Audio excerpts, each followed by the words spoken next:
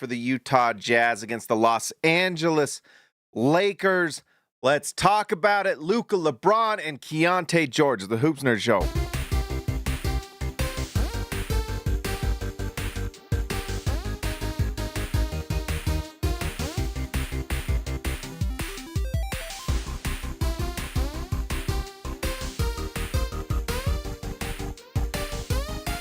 All right, guys, like always, like the video, subscribe to the channel, and if you would like to support the channel, the biggest thing you can do is go to Prize Picks, put down $5, they give you $50. I'll tell you what, it's a lot of fun.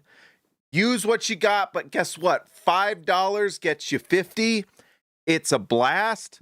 You get good at it, and you have some fun. And if you don't, it's 50 free bucks. What's the big deal? But best of all, it supports the channel. I would really appreciate it. All right, guys. This was a great night. I really appreciated it. The Utah Jazz had, in my opinion, just a perfect day. I could not be happier. I was actually able to go there today. It's my first time seeing LeBron in person. It was fantastic. LeBron is truly incredible. I was just, like, I've heard from people who have watched him up close. He's just huge. He's bigger than everyone, bigger than Luka. The only guys bigger than him are the centers. He's just huge. And the fact that in his prime, he's just so fast, so big, it's crazy. So, really impressed by LeBron and what he does, and I can't tell you how fun it was to go see that. Luka Doncic argues every call, every possession. It's wild. Like, you see it on TV, but when you're there in person and you watch it, it's crazy. It's actually crazy. And so just those are two impressions I had. The other thing, seeing Keyonte George in person is fun, and it's real. He has just such an incredible ability to work with space, whether it's creating space or closing space, and he has such awareness of the players around him. He just has he has that peripheral talent where if they're near him, he can get the foul. I am so impressed with Keyonte George. And I guess, should we just get into it? I mean, as far as the Lakers go, you could really tell they miss Austin Reeves. He really is kind of that third option, and he can be the thing that really makes them go. And so I don't know if this Lakers team has been super impressive. Tonight, they weren't that impressive to me.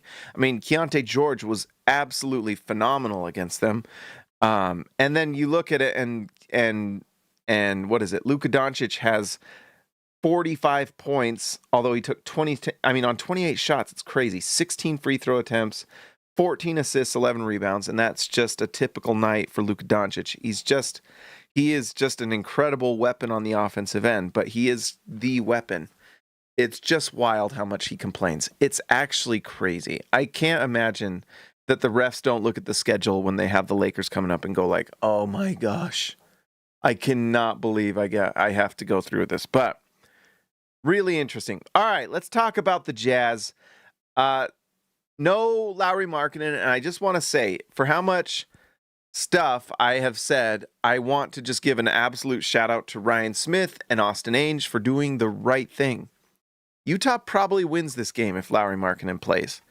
Keyonte George is playing like a superstar, and what's impressive about it is that he's doing it with or without Markkanen. At this point, it's just crazy how good he is, the focal point of the offense. And I tell you what, he is playing with he's just a weapon. Like, if I was comparing Keyonte George to like an X-Men, it's got to be something like Wolverine or maybe Nightcrawler when he has that sword or whatever, because you can just tell defenders are nervous to get close. He has gotten so good, like I said, so good at drawing fouls, but it's because he's so good with space. There was one play where he hits this three, and let's pull it up and see if we can find it. 5 for 11, by the way, tonight for Keyonte George. Oh, this overhead video is so terrible. Look Look at this. And this is part of what I'm talking about. This is open floor. And I know LeBron's getting old and he's probably not trying that hard on defense. But look at how much space he creates just on this drag screen from Nurkic. Look at how he just kind of has so much spatial awareness. LeBron doesn't try. And so Keyonte just goes right into it and bang, knocks it down. Let's see. Made shot. These are all made shots. Same thing here. Pretty much kind of a, well, they turned, this is a half-court screen. He just is able to rise and fire. I think, was it this one? No, this was the 4-point play. And then jump shot here. This is catch and shoot. It must have been that first one. I was just amazed at the space that he works within. And by the way, oh, this was it. He just absolutely just knows how to create space. And it looks so simple, but it's not. It is not. This is a drag screen. I hate that over. He just knows how to play within space. And he creates space with his movement, but then he's so spatially aware and in such control of the ball that he knows when that other player is trying to make up that space that he creates. And I don't know how to explain that. Like when the defender's trying to recover, they're dead. Because Key knows how to just use that to his advantage and create the foul. Keyonte George tonight takes 12 free throws. That's the same type of stuff that we're seeing from Luka Doncic, who took 16. He is so good, guys. This is so replicable. And Key goes tonight 9 for 20, but he scores 35 points on 20 shots. He goes 45% from 3. He's a killer, a +3, and he was the focal point of the offense against Luka Doncic and LeBron James, and honestly looked like the best player on the floor multiple times tonight. He is so good. Whereas, like, Luka Doncic he's got craftiness and size, and he uses his physicality to create that. He is able to just use his size to create the foul shots where he's bodying up and things like that. Keyonte George is more like, it's just this incredible ability to create space and then taking advantages of players that are diving, hands out. He knows how to use, he's so impressive. I cannot tell you. The Jazz got one in Keyonte George, and the fact they got him at 16 is remarkable. Remarkable. And it also is another reminder that don't give up on these guys. If you're seeing the signs, like Abba says, is it Abba? But anyways, you see the signs, don't stop. It's why you shouldn't give up on someone like Cody Williams, who didn't even play tonight. But you see those signs, you can see what they can potentially be. It's why I'm really excited about Ace Bailey, who's coming along, and sky's the limit for that guy. Holy cow. So I'm just excited about what we're seeing. Let's go through the different players tonight. By the way, shout out to Lexalator. Happy birthday, my man. I think it's Devin. Shout out to See Ya, Lexalator. Happy birthday, my man. Also, shout out to Candace. Thank you so much. I really appreciate it. Also to Andy, my good friend who went with me tonight. It was a lot of fun. I saw one of you guys out. I forgot your name. Thank you for saying hi. If you guys ever want to say hi, come say hi. Just don't punch me in the face if I if I have ever been not nice. Anyway, Svi Mikhailiuk played tonight, but you know what? One thing I'm really excited about is I think the Jazz are all in on the quest for a championship, and it makes me happy. I'm not going to lie. Last week, it was getting depressing. Like, it was getting to the point where you're like, are we really going to just give up this pick? Are we really going to do this? An opportunity to get another elite talent, and Utah is too good at this point, really. Keyonte George is turning into an absolute star. But, Lauri Markkanen gets the groin injury because Austin Reeves wasn't going to play tonight. And you can talk about how you can just play these guys and lose these games, but it doesn't take into account the day-to-day minutia of what happens. Utah goes against the Memphis Grizzlies and John Morant comes back and he sucks, right? And it made them worse. And Utah wins. Utah plays against the Boston Celtics. They have one call the refs don't call at the end of the game. Remember when Key falls down and knocks over Jaylen Brown and the refs don't call it and the ball goes the other way and the Jazz win the game? There's lots of little things like that. And so I'm very, very grateful to Ryan Smith Austin Ainge to rest Lauri Markkanen. It was enough, but we're also seeing things with Will Hardy. The Keyonte George, Isaiah Collier lineup is one of the worst in the league, and that lineup played a lot tonight, and they needed every minute of it because it kept the Jazz from winning. Although Keyonte George is so good, it might not have mattered. Utah's going to be good next year, guys. They are going to keep this pick. I believe it now at this point. I've seen enough to believe it because I think they're going to do the right thing more and more often. They have to keep this pick. It is vital. There is just no way you can give up this pick, especially with a team that's now 10-16 or whatever it is. You have to keep it. You cannot be a team with a losing record and not get more draft talent. That's just catastrophically bad. That doesn't make any sense. And Utah will have successfully won that trade at this point. We won't have to think about it ever again. We won't have to worry about pick protections. I hope the Jazz never, ever, ever make another trade where they have a first-round pick going out with pick protections that lasts this long. What an absolutely miserable thing we've all had to deal with. And after this year, we'll have repented of our sin with that trade, and it will be clean. We will be free of that, and it's going to be great. And next year, the thing that's what's so nice is, like, if the Jazz didn't have any protections on that pick this year, it would be less stressful. And next year is going to be so much more fun. They can actually try and win.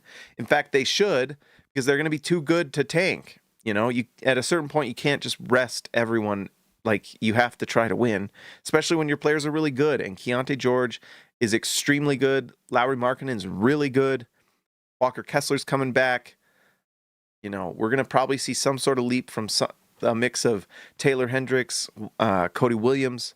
And if Utah wins this lottery and you add AJ DeBonsa, by the way, I retweeted it a couple times. AJ DeBonsa and Keyonte George, who work out together multiple times, by the way, talking after the game, and they're doing that thing where they don't want to. I want AJ DeBonsa on this Jazz team, something fierce. If I was talking about it with Andy, my good buddy, and if AJ DeBonsa, goes from BYU and he somehow is able to go to Utah, and if the Jazz become a championship contending team, DeBonsa and Key and all these guys, DeBonsa could go down as maybe the most popular Utah athlete ever. This is obviously like fairy tale stuff and very, Utah has to win the lottery. There's a lot that has to go right, and they have to pick him, and he has to turn into the player that I think he can be. That would be unbelievable. And Utah cannot give up their pick and not give up a good chance to get that, because it changes everything forever. This Utah Jazz team is actually on the verge of being really good. The way Keyonte George is playing, Lauri Markkanen, Walker Kessler. Oh, and by the way, Ace Bailey, who had some moments tonight, he'll just get better. You add someone like DeBonsa, and you have a starting unit of like Keyonte George, Ace Bailey, AJ DeBonsa, Lauri Markkanen, Walker Kessler, forget it.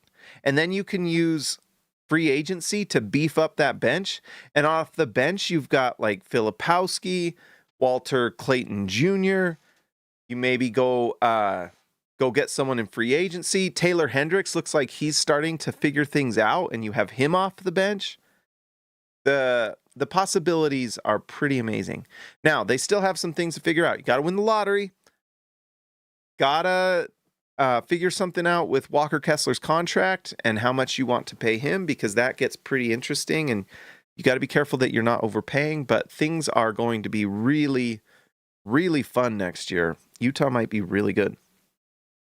Not much to say about Svi. I think the Jazz should think about trading him. He goes 3 for 3 from 3. He doesn't play the second half. It shows that Will Hardy's in. I appreciate it. I know he's freaking out about stuff sometimes on the sideline. Sometimes it's crazy how much he yells at the players. I'll be honest. You watch him and he is just, I don't know. It's a little over the top at times, but we'll see how that pans out. It's probably fine, but it's sometimes I'm like, if we're at 10 at all times, I mean, do you just get used to it? I tell you what, if you're always getting yelled at, sometimes you might not be too worried if it's like you're going to get yelled at. I don't know. It's interesting. Something to watch. Kyle Filipowski got the start tonight in place of Lauri Markkanen. He played solid, 13 rebounds, 6 points, just a solid NBA big. He can spread the floor. He's got a great inside game. There's even a few times where he actually has some pretty decent defensive moments. I think that he can be serviceable defensively. Thing is, the one thing that Utah really has to figure out is how to be a good defensive team. And that'll be kind of a question for next year. One of them is just transition defense has to be better. But also just in general, they've got to just figure out how to get better defensively and get stops.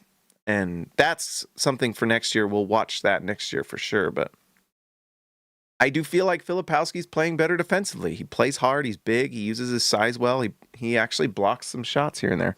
Tonight he had one block shot, but it was nice. It was a weak side shot block. I mean, if he's playing power forward and he's getting weak side blocked shots, that's great. You know? Yusuf Nurkic played tonight, and he was solid. 15 points, 8 rebounds, 7 assists. He just is playing all around solid. I think at this point he's kind of on a really, really good team, either a second or third center, but that's fine. He's solid. You know, if you're playing him too much, 31 minutes, probably not a championship team. But if you have him coming off the bench and backing up an extremely good center, then that's fine. That's great. So nice to see. Ace Bailey had some moments tonight, guys. And look at the numbers. 19 points, 4 rebounds, 1 steal. That steal against LeBron, it was great. 53% from the field, 50% from 3. In fact, his 3-point shooting is pretty darn exciting. Let's see here. Ace is now up to 10 points per game, 3.2 rebounds, 1.7 assists. He is averaging 30. Oh, he's tied with Key. Key's also shooting 35.8. The Jazz are getting some really impressive shooting going here. I'm excited about this Jazz team, guys. Next year is going to be awesome. And Ace Bailey is going to get stronger, which is going to help him on the defensive end. And if he can just improve that handle, then things get really exciting. I would like to see the Jazz let Ace initiate a little bit more. Just let him run some stuff. Let him run some pick and rolls. I don't care if he screws up 100 of them. I don't care. Let him do it. Because the more he can mess up now and start getting through those mistakes so that next year he's doing better, the better off the Jazz will be. He's got some real gifts with some shot making, and that size and shooting stroke is special, and the way he can rise and fire. I mean, having multiple players on this Jazz, that's the thing is, you know, I'm just super happy. By the way, we had a lot of other teams win tonight. It was nice to see. Utah's actually sitting at 8th in the tank standings. Just a perfect night for the Jazz. Almost perfect, really, but if you have the Jazz having like multiple players that can not only do catch and shoot, but pull up threes, like Keyonte George, Ace Bailey, let's say AJ DeBonsa joins this team and he's just a monster. It's pretty exciting what Utah can do. And we've seen Walker Kessler in short stints be able to pass that ball from the top of the three-point line. It just makes this Utah Jazz team really exciting, really interesting, and could be really good next year. I think, honestly, maybe beyond playing a level. You know, if AJ DeBonsa is the rookie of the year, which he could be if the Jazz play him and run things through him a lot, you never know. Although rookies make mistakes, they turn the ball over. We'll see. We talked about Keyonte George. I just got to say, he's special, and he has a chance to be like, to me, like the comp for a championship team with Keyonte George is that he's like the Kyrie next to the LeBron, like in Cleveland, and he's looking like that might be what he is. That he's that caliber, like the second best guy on a championship team. The offense is unreal. And if Utah hits and DeBonsa is a top 5 guy or top 10 guy once they get him, I'm so in on DeBonsa, guys. The size combined with the skill level, his ability to drive to the basket, the passing is impressive. He's showing signs defensively that he can be great on the defensive end too. It's just really exciting stuff. And if you add that to this Jazz team, all of a sudden, look out. Taylor Hendricks played solid tonight. I know it's just 4 points, but he had some moments. Last game, he scored more, and he was hitting knockdown threes. Tonight, or hitting threes. Tonight, he was 0 for 0. But look at Taylor Hendricks now for the season, just looking at percentages. Obviously, kind of small sample size, but he's shooting 38% from three. I just want to see more Taylor Hendricks, because if he can knock those threes down, and he can defend, I think he is, like we've said, I think he is recovering from the leg injury a little bit, but he's knocking down threes, and some of that athleticism looks like it's coming. Like that dunk he made just one basket tonight, I guess. But it was a good one. This dunk was impressive. And I love how he's playing unselfish. But look, this is double clutch. I don't know. I'm just thinking that if Taylor Hendricks is developing and becomes like a backup big on this Jazz team, the depth is monstrous. And the fact that Utah, if they just do the right thing, and Lauri Markkanen has groin injuries on nights they need him to, maybe Keyonte George has some nights off here and there, especially if you're going and you're playing like, the Kings, teams like that you're trying to overtake. By the way, the Pelicans have won 3 in a row. The Pelicans are figuring it out. Derek Queen is awesome. Derek Queen might win Rookie of the Year. He is playing, and I'll be happy if he wins it, because that means that they're winning games. So let's just all root for the New Orleans Pelicans, who have now won 3 in a row. Not the worst team in the league anymore. And they're not far from passing up someone like Utah, who's not interested in winning at this point. It's been too much. Utah's going to pass Charlotte, because Charlotte has, at a certain point, you just have so much talent from drafting high in the draft, and that's kind of where Charlotte is. And Utah's kind of like that. They just haven't hit quite like Charlotte has, although Utah hasn't won the lottery yet, which Charlotte did when they got Brandon Miller, who's playing pretty well. So if Indiana can pass Utah, who is going to get guys back, Sacramento's going to try to win because they're dumb. New Orleans and LA are going to try to win games. If anything, I think the Clippers could use just one trade. Even I saw that Miami was looking at trading Andrew Wiggins. That's a player that I would send to the Clippers. Or, Mathurin on Indiana. Like, why aren't the Clippers calling Indiana about Ben Mathurin? I think he could help them out. I don't know. Anyways, Isaiah Collier had 13 assists tonight and 18 points. It actually felt like he actually played pretty well. He knocked down 1 3. Oh, I thought he knocked down 2. It must have been a long 2, but 1 for 2 from 3. He was actually pretty good tonight. I mean, he drove to the basket multiple times and scored in the clutch. 18 and 13, it's like I say, I'm kind of big on Walter Clayton and what he can be, but don't give up on Collier. He does nice things, and you never know if he figures things out. Like, one of the biggest examples, and it's kind of the exception, but if you remember and I'm not comparing Isaiah Collier to Jason Kidd, but people kind of gave up on Jason Kidd being able to shoot the 3, and he went to Dallas, and he was able to hit those spot-up threes enough that they had to be honest, and he knocked them down, and it helped their offense, and it was a big part of that Dallas team winning the championship. Yes, it was Dirk, but, Jason Kidd knocking down those threes was a big part of it. And if Isaiah Collier can kind of become a consistent three-point shooter, it doesn't have to be a great one, but at least a league average three-point shooter, it turns him into a really interesting player, because I love how hard he plays on defense. He plays just in all around plays hard. Offensively, he just goes fast. He puts his body into people. He's great. So Kevin Love was not that great tonight, and I'm okay with it. He took 5 threes, made 1 of them.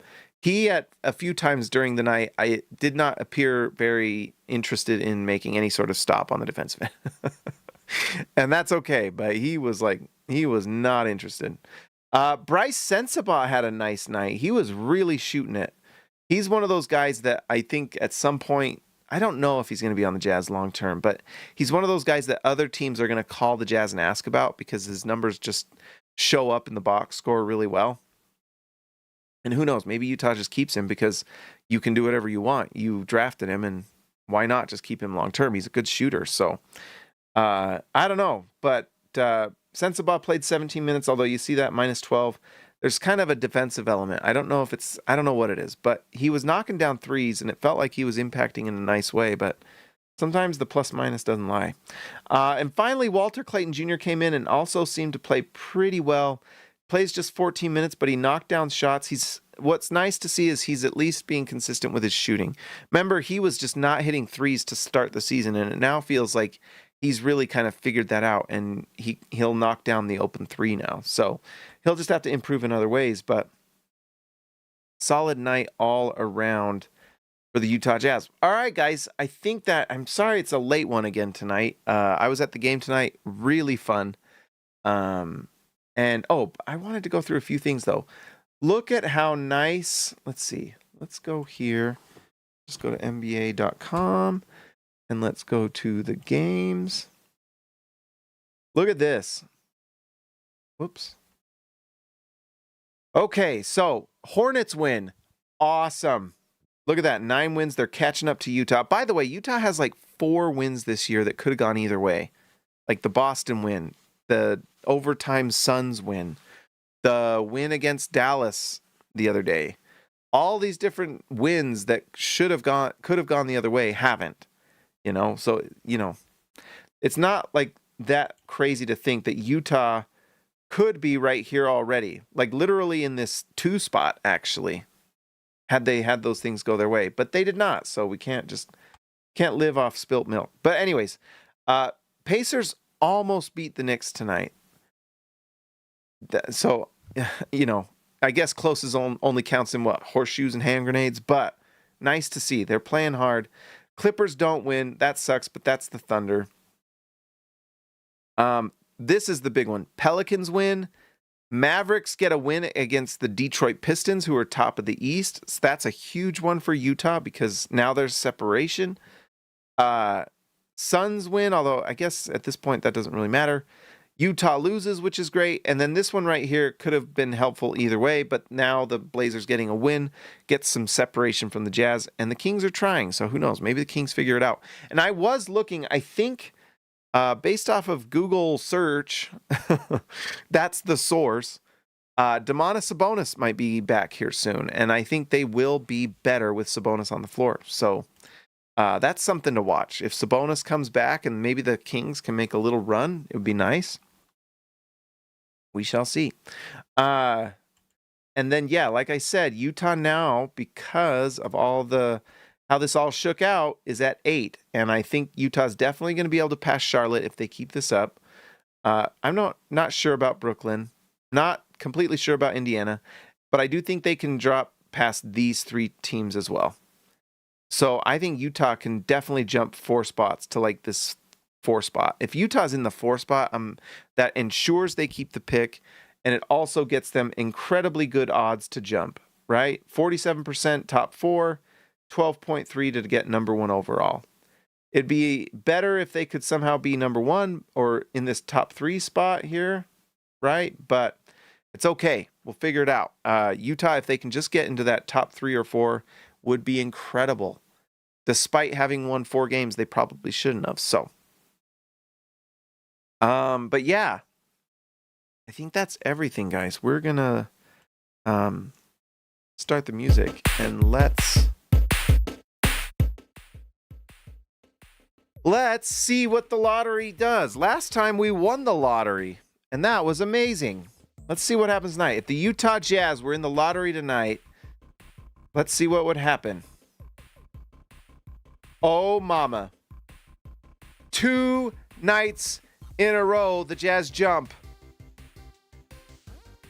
Something tells me that Utah is being blessed by the basketball gods somehow. Steve Areno, I would trade up to 1, but the fact is that this draft's so good, no one's trading back. Unless they absolutely just don't like Doncic for some reason, or Darren Peterson, but I would trade every pick we have to get to Doncic. I would. You do all of this to get that kind of player, and I would do it.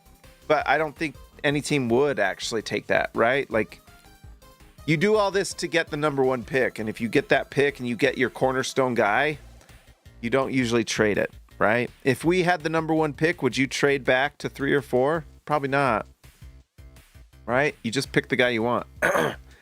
All right, huge, nice jump for Utah. This means Caleb Wilson is coming to the Jazz. I would be very happy about that because I think he has star power as well. So, very nice to see. Let's give a shout out to the All-Stars tonight. Again, happy birthday to Lexa Later. Very happy birthday to you, sir. I hope it goes well. Jace Garner. Trying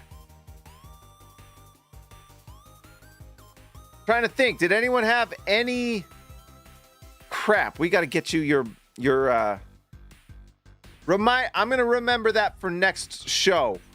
We're doing that first thing. And then we will. Key for 3 at PG, $2. My man, thank you so much.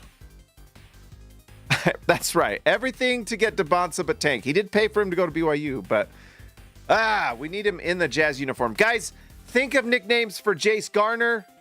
Let's give a shout out to the All-Stars. Let's give a shout out to future nickname haver, Jace Garner, Steve Areno, Stusser, Let Him Cook Sturdy Pots, Ezekiel Raisibe, the man from down under, Tyson Price, The Price is Right, see ya, Lex Later, happy birthday, my man, Jordan to Goat, Best Roll, Christian House Money to Haas, Robert Hall of Fame, Arcs Poetica, I Believe in Steve, Jazz Exile, Austin R. Grant, Editor Extraordinaire, Key for 3 at PG, the OG, thank you for the $2, my man, the donations are always appreciated, and Patrick Akubo, the connoisseur. Guys, like the video, subscribe to the channel. Jace the Ace. Oh, Jace the Ace Garner. I like it.